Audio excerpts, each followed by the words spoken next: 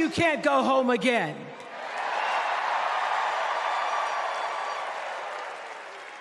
After watching the Obamas last night, that was some epic fire, wasn't it? Some epic fire. We're now so fired up, we can't wait to leave here and do something.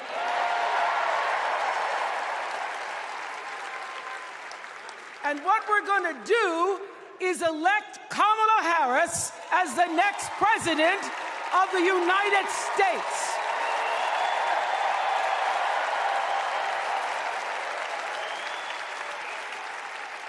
I am so honored to have been asked to speak on tonight's theme about what matters most to me, to you, and all of us Americans: freedom.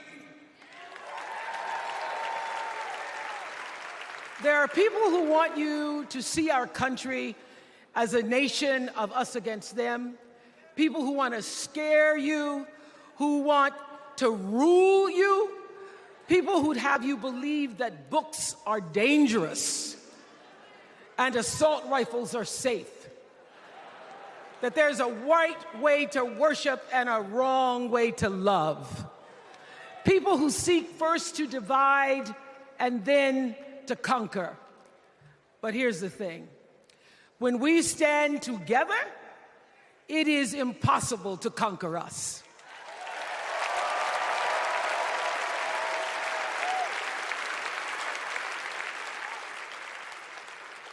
In the words of an extraordinary American, the late Congressman John Lewis,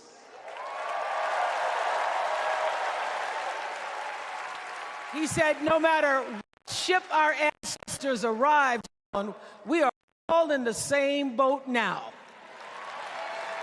Congressman Lewis knew very well how far this country has come because he was one of the brilliant Americans who helped to get us where we are. But he also knew that the work is not done. The work will never be done because freedom isn't free.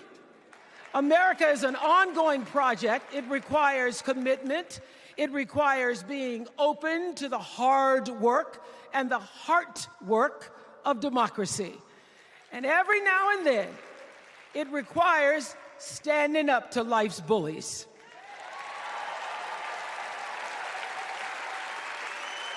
I know this. I've lived in Mississippi, in Tennessee, in Wisconsin, Maryland, Indiana, Florida, Hawaii, Colorado, California, and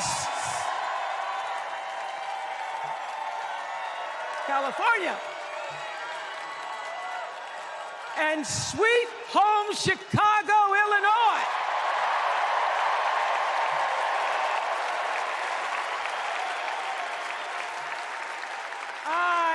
Have actually traveled this country from the redwood forests, love those redwoods, to the Gulf Stream waters. I've seen racism and sexism and income inequality and division. I've not only seen it, at times I've been on the receiving end of it.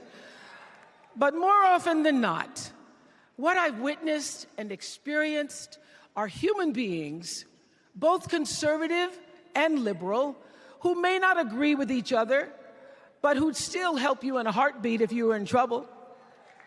These are the people who make me proud to say that I am an American.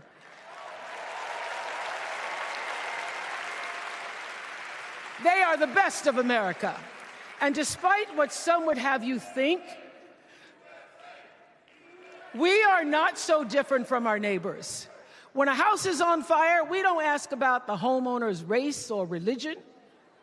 We don't wonder who their partner is or how they voted. No. We just try to do the best we can to save them. And if the place happens to belong to a childless cat lady,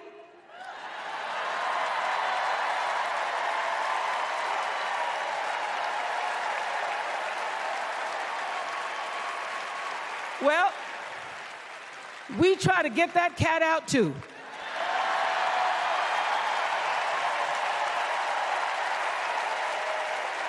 Because we are a country of people who work hard for the money. We wish our brothers and sisters well, and we pray for peace.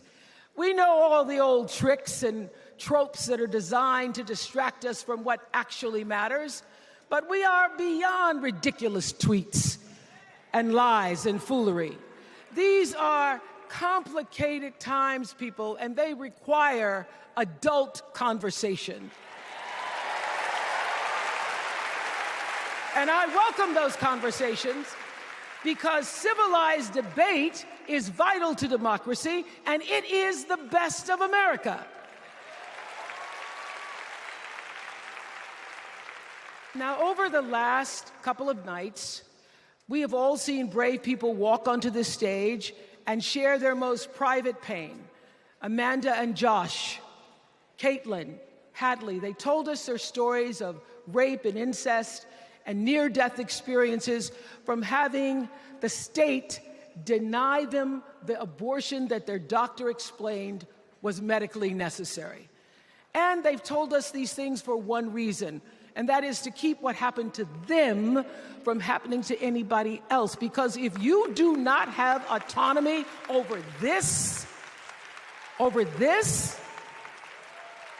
if you cannot control when and how you choose to bring your children into this world and how they are raised and supported, there is no American dream.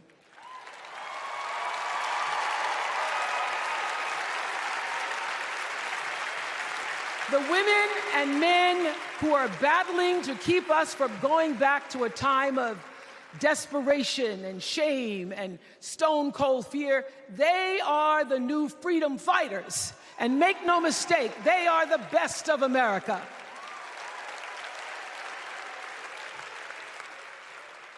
I want to talk now about somebody who's not with us tonight. Tessie Prevost Williams was born in New Orleans not long after the Supreme Court ruled that segregated public schools were unconstitutional. That was in 1954, same year I was born.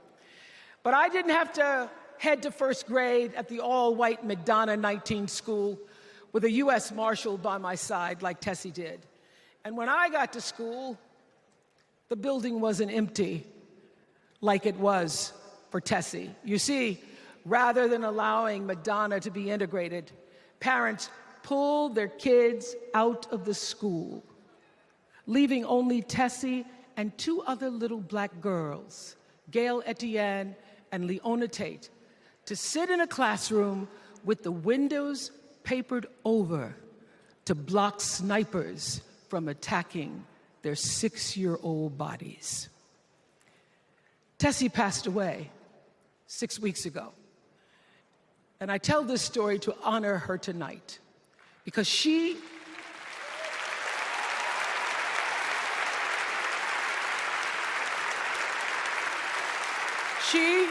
like Ruby Bridges and her friends, Leona and Gail, the New Orleans Four, they were called. They broke barriers, and they paid dearly for it. But it was the grace and guts and courage of women like Tessie Prevost Williams that paved the way for another young girl who 9 years later became part of the second class to integrate the public schools in Berkeley, California.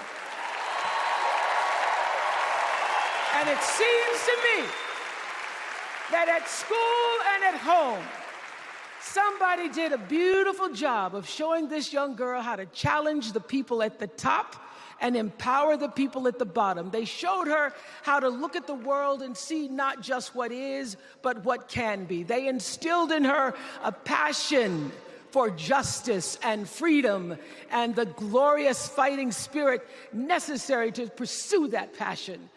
And soon, and very soon,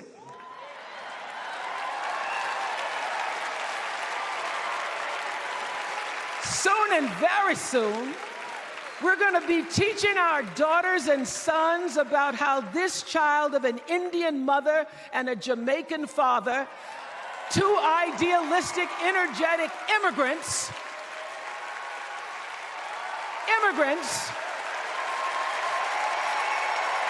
This child grew up to become the 47th President of the United States.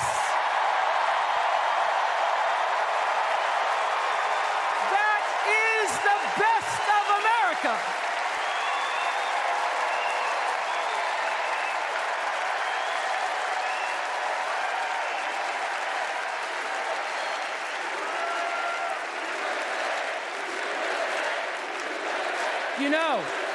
You know, let me tell you this. This election isn't about us and them. It's about you and me and what we want our futures to look like. There are choices to be made when we cast our ballot. Now, there's a certain candidate that says if we just go to the polls this one time, that we'll never have to do it again. Well, you know what? You're looking at a registered independent who's proud to vote again and again and again because I'm an American and that's what Americans do.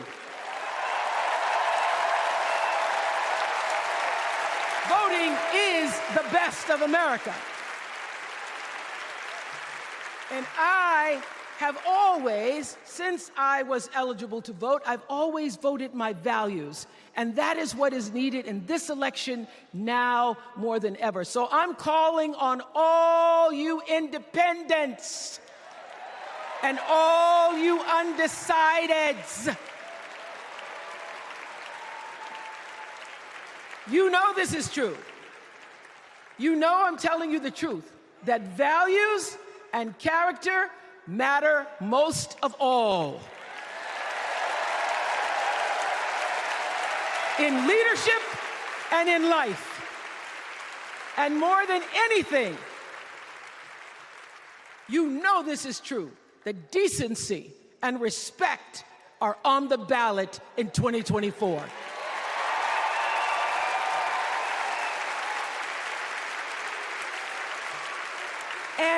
And just plain common sense. Common sense tells you that Kamala Harris and Tim Walz can give us decency and respect. They're the ones that give it to us. So, we are Americans. We are Americans. Let us choose loyalty to the Constitution over loyalty to any individual. Because that's the best of America. And let us choose optimism over cynicism, because that's the best of America. And let us choose inclusion over retribution. Let us choose common sense over nonsense.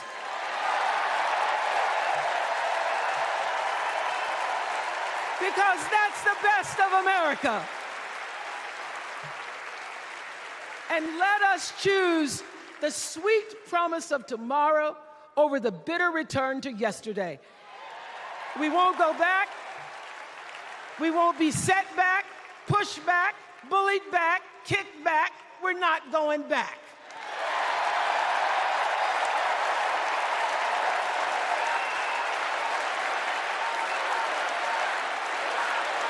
Not going back. We're not going back. So, let us choose. Let us choose truth. Let us choose honor. And let us choose joy.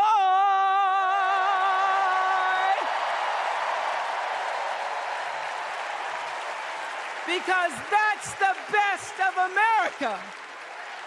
But more than anything else, let us choose freedom. Why? Because that's the best of America. We're all Americans, and together, let's all choose Kamala Harris.